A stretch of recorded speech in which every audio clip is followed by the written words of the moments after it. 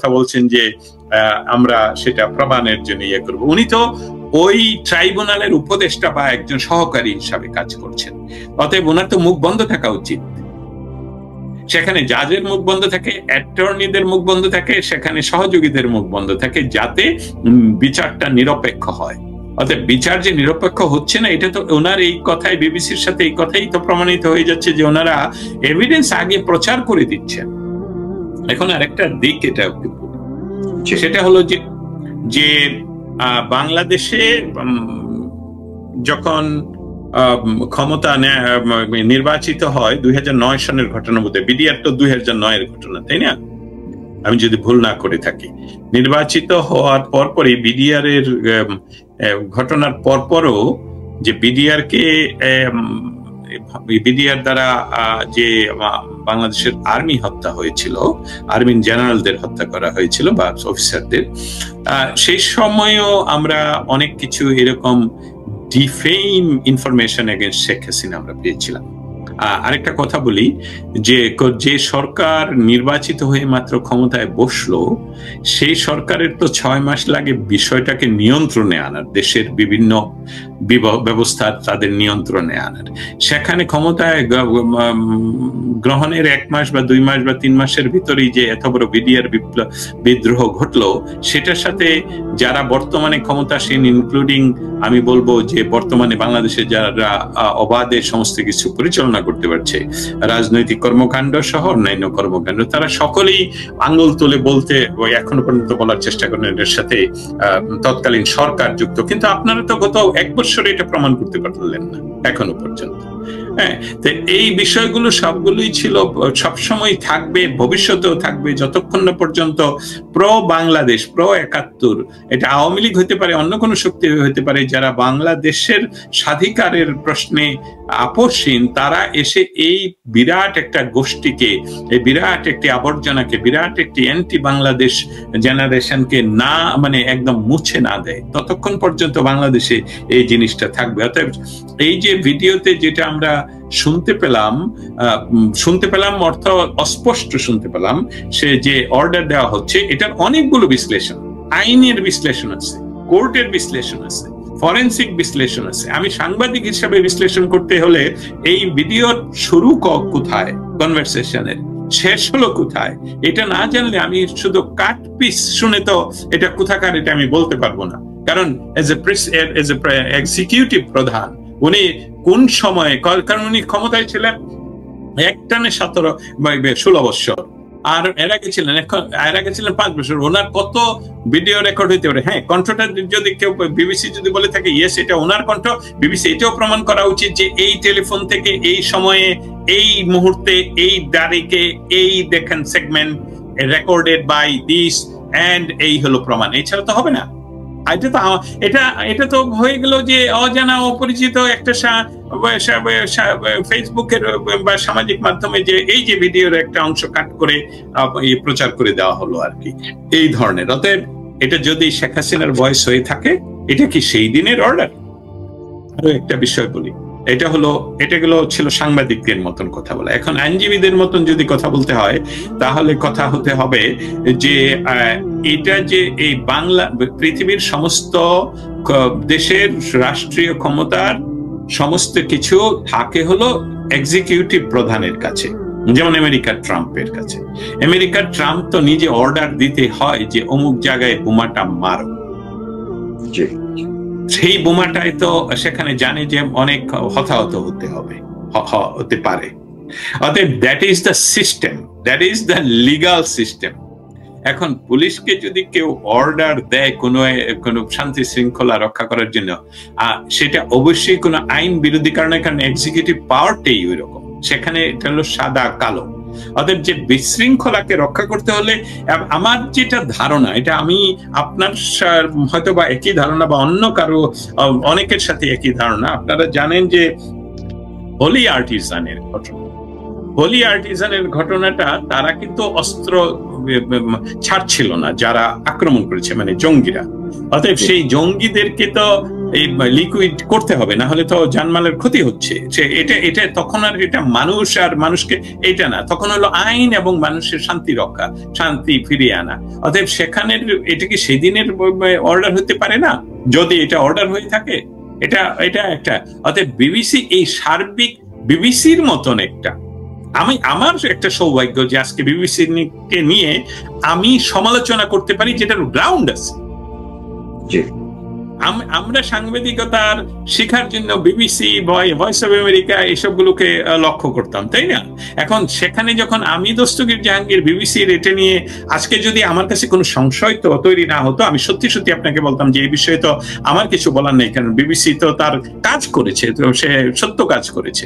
হ্যাঁ, বিবিসি সত্য কাজ করেছে, কিন্তু যারা কাজটা করেছে তারা কি ইনফ্লুয়েন্স, তারা যেটা কাট পিস করেছে সেটা ইনফ্লুয়েন্স করার জন্য ইন্টেনশনালি আমাদের সাংবাদিকদের প্রয়োজন। বিবিসির আমি একটা উদাহরণ এটা আপনাকে দিতে পারি, ভয়েস অফ আমেরিকার বাংলা বিভাগে কোনো এক সময়ে কোনো একটা নিউজের সাথে আমি একমত ছিলাম না, এবং নিউজটা ছিল আমার একটা বিষয় নিয়ে।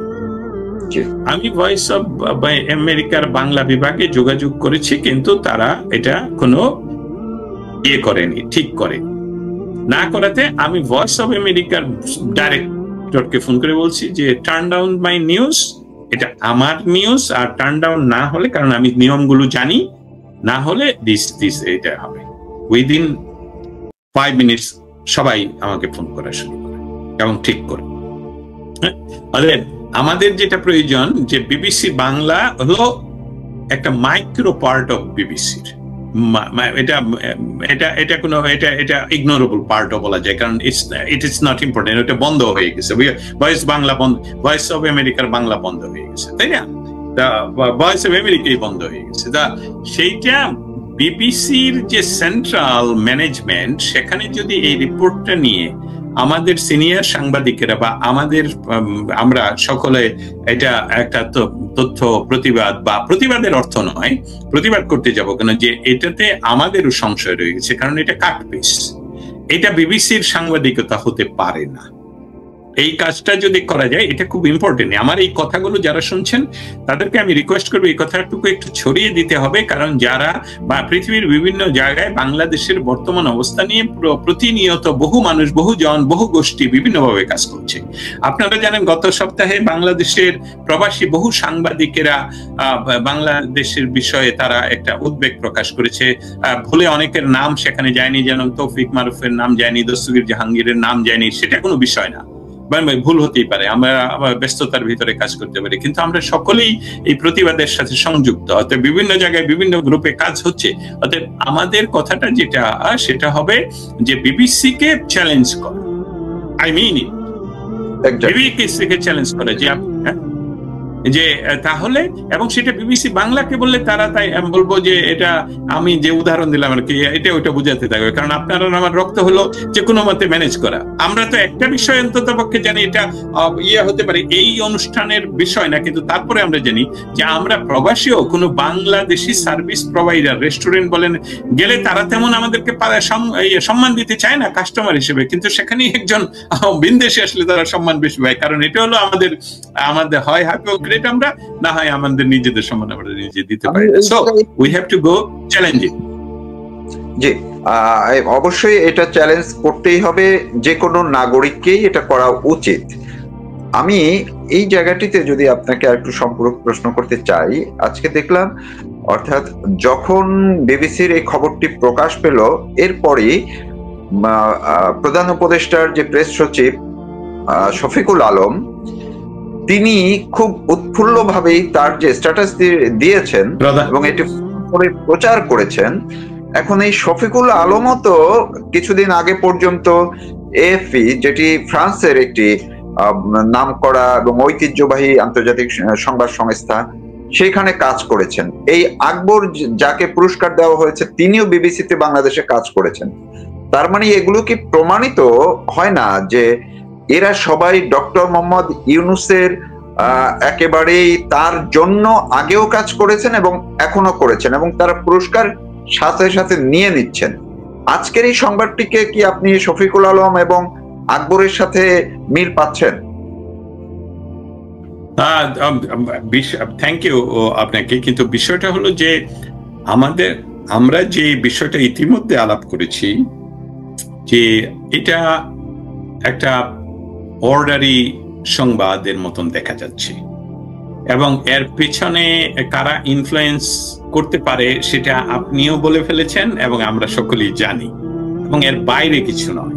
কারণ এর বাইরে হলে যে কথাটা যে বিবিসির মতন, আল জাজিরার বিভিন্ন প্রতিবেদনে দেখা যায় তারা খুঁজে খুঁজে প্রত্যেকটা জায়গায় নক করে আসে, বিবিসিও করে, বিবিসি অনেক প্রাচীন, অর্থাৎ ওনারা এই জায়গাটায় তো প্রত্যেক জায়গায় নক করে আসেন। তারা দেখেছে, তারা যেটা দেখালো সেটা হলো একটা পার্ট। ওই পার্টটা কি, পুলিশ যখন গুলি করলো তখন যে হাতে যে তার ক্যামেরাটা ছিল সেই ক্যামেরা থেকে তো পুলিশের গুলি করার আগের বিষয়গুলো, পুলিশ কতগুলো মরলো, এসবগুলো তো সব আসা উচিত ছিল, তাই না? তারপরে কি কারণে আর্মি চলে গেল, আর্মির রিপোর্ট নেওয়া উচিত। অতএব আপনার সাথে আমি সম্পূর্ণ একমত যে এটার জন্য হয়তো বা কেউ কিছুদিন পরে পুরস্কার পেতে পারে। তবে বিবিসির হেডকোয়ার্টারে বিবিসির কর্পোরেশন যারা চালায় এবং তাদের কাছে এটা এটাকে চ্যালেঞ্জ করা উচিত যে এটা কাটপিস দিয়ে এই নিউজটাকে এক্সটেন্ড করতে হবে। এই নিউজটা সঠিকভাবে, এটা একপক্ষী হয়ে গেছে, এটা ইনফ্লুয়েন্স করছে ট্রাইব্যুনালকে, এবং ট্রাইব্যুনালকে ইনফ্লুয়েন্স করার, জনমত সৃষ্টি করার জন্য, অ্যান্টি শেখ হাসিনার জনমত সৃষ্টি করার জন্যই এটা অনেকটাই অর্ডারি সংবাদ হয়েছে, এটাই আমাদের ধারণা। সেই সাথে আমি শুধু বলে রাখি যে আপনারা যারা আমাদের অনেকেই মাঝে মধ্যে চেষ্টা করেন সমালোচনা করতে, সাংবাদিকতা, একজন সাংবাদিক হিসাবে কখনোই নিরপেক্ষ নয়, তাকে বলতে হয় সত্য কথা, এবং সত্য কথা আপনি যখন সত্য বলতে পারবেন না তখনই আপনি নিরপেক্ষ না। কারণ আমি নিরপেক্ষ, একটা চুরি হচ্ছে, আমি নিরপেক্ষ, এইটা বললে তো ওর ক্ষতি হবে, অতএব আমি নিরপেক্ষ, এটা হতে পারে না। তো হতে হবে সত্য কথাটা বলতে হবে। অতএব আমরা বাংলাদেশের পক্ষে কথা বলি, 32 নম্বর ভেঙে ফেলার বিরুদ্ধে কথা বলি, এটা জার্নালিজম নট এ ক্রাইম। কিন্তু আপনারা যেটা বিবিসি এখন যেটা করলো এইটা নৈতিকতাবিহীন। এটা হলো যে তারা একটা বিবিসির নামতন সংগঠন থেকে, এটা ব্যক্তি নয়, সে ব্যক্তিটা এসে বলুক, আমার মতন সাংবাদিক যিনি এর পিছনে তিনি এসে বলুক যে এটা আমি মনে করি এটা এই ধরনের, এই অ্যানালাইসিসটা আমার। কিন্তু আপনি যখন বিবিসিতে এটা প্রচার করবেন তখন সম্পূর্ণভাবে এটা সব এই রিপোর্ট তৈরি করার যতগুলো নিয়ম নীতি মানা উচিত, সাংবাদিকতার 7 স্টেপস, আপনাকে এটা মানতে হবে। যেহেতু এটা মানা হয়নি, এটা একপক্ষীয় এবং এটা অর্ডারি, এবং এটার জন্য যারা পুরস্কার পাবে তারাও একদিন দেশদ্রোহী হিসাবে প্রমাণিত। আমরা দেখলাম যে বাংলাদেশের মিডিয়াগুলো যে কোনো সময় বিবিসির কোনো স্টোরি, অথবা শুধু বিবিসি না, কোনো সরকারের পক্ষে, এটা অবশ্য আগেও দেখেছি এখনো, সরকারের পক্ষে গেলে, বিশেষ করে এখন সব বাংলাদেশের লোকাল মিডিয়াগুলো তো ইউনূস সরকার যা বলে সেগুলোই তারা এক ধরনের প্রকাশ করে। এই বাংলাদেশের যে কিছু মিডিয়া তারাও দায়িত্বশীলতার কি পরিচয় দিয়েছে এই সংবাদটি এক ধরনের কি বলা যায় রিমেক করার ক্ষেত্রে বা কোন প্রচারের ক্ষেত্রে? আপনার কাছে মনে হয় কি এই ক্ষেত্রে কোনো আপনার পর্যবেক্ষণটা কি হতে পারে? ধন্যবাদ। আমি এটা নিয়ে একটু তুলনামূলক কথা বলতে চাই। প্রথমত বলতে চাই যে বর্তমানে বাংলাদেশে যে গণমাধ্যম যারা কাজ করছেন, গণমাধ্যম কর্মী, তাদেরকে আমি ঢালাওভাবে করতে চাই না, এটার জন্য অভিযুক্ত করতে চাই না। কারণ আপনারা এখন গত 15 বছরের তুলনাটা হলো 15 বছরে কিন্তু এই যে বাংলাদেশে যারা আজকে ক্ষমতাসীন, মেটিকুলাসলি ডিজাইনের অংশ হিসেবে, তারাও কিন্তু সমানে কথা বলতে পেরেছে এবং সমস্ত পত্রিকায় ছাপানো হয়েছে, সমস্ত পত্রিকায়, এমন কোন পত্রিকায় যা লেখা নেই। বা এটা নিয়ে আমি অনেক সময় লক্ষ্য করে দেখেছি যে এমনকি প্রধানমন্ত্রীর অফিস থেকেও, অফিসের সাধারণ যারা তথ্য বিভাগে কাজ করেন তাদের মধ্যে দেখা গেছে টেনশন, কিন্তু প্রধানমন্ত্রীর অফিসের, প্রধানমন্ত্রীর মৌলিক কার্যালয়ে এটার কোনো টেনশন আমি কখনো দেখতে পাইনি। এই কারণে যে আমার ধারণা হয়েছে যে তাদের কাজ, সরকারের কাজ সরকার করে যাচ্ছে, সমালোচকরা সমালোচনা করছে বলেই সরকার আরো বেটার কাজ করতে পারবে। তো একটি কথা তো এখানে অবশ্যই বলতে হবে, সেটা হলো যে যারাই ক্ষমতায় থাকবে তাদেরই দোষ বেশি হবে, কারণ কাজ যত বেশি হবে দোষ তত বেশি হবে। সেখানে 15 বছরে যে সাংবাদিকরা আপনারা এবং গণমাধ্যম যে ফ্রিডম তারা উপভোগ করেছেন, আর আজকের গণমাধ্যম কিন্তু ডাইরেক্ট আওয়ামী লীগ সম্বন্ধে কিছু বলা যাবে না, সরকারকে সমালোচনা করা হলো দেশদ্রোহিতা করা হচ্ছে। অতএব এখানে তো ন্যারেটিভ এরকম, মানে এখানে বিষয়টা এরকম যে তারা শব্দ পর্যন্ত কন্ট্রোল করে। এই শফিক এই বিবিসি কে কিন্তু শব্দ কেন ব্যবহার করছে সেটা চেঞ্জ করার কথা বলেছিল।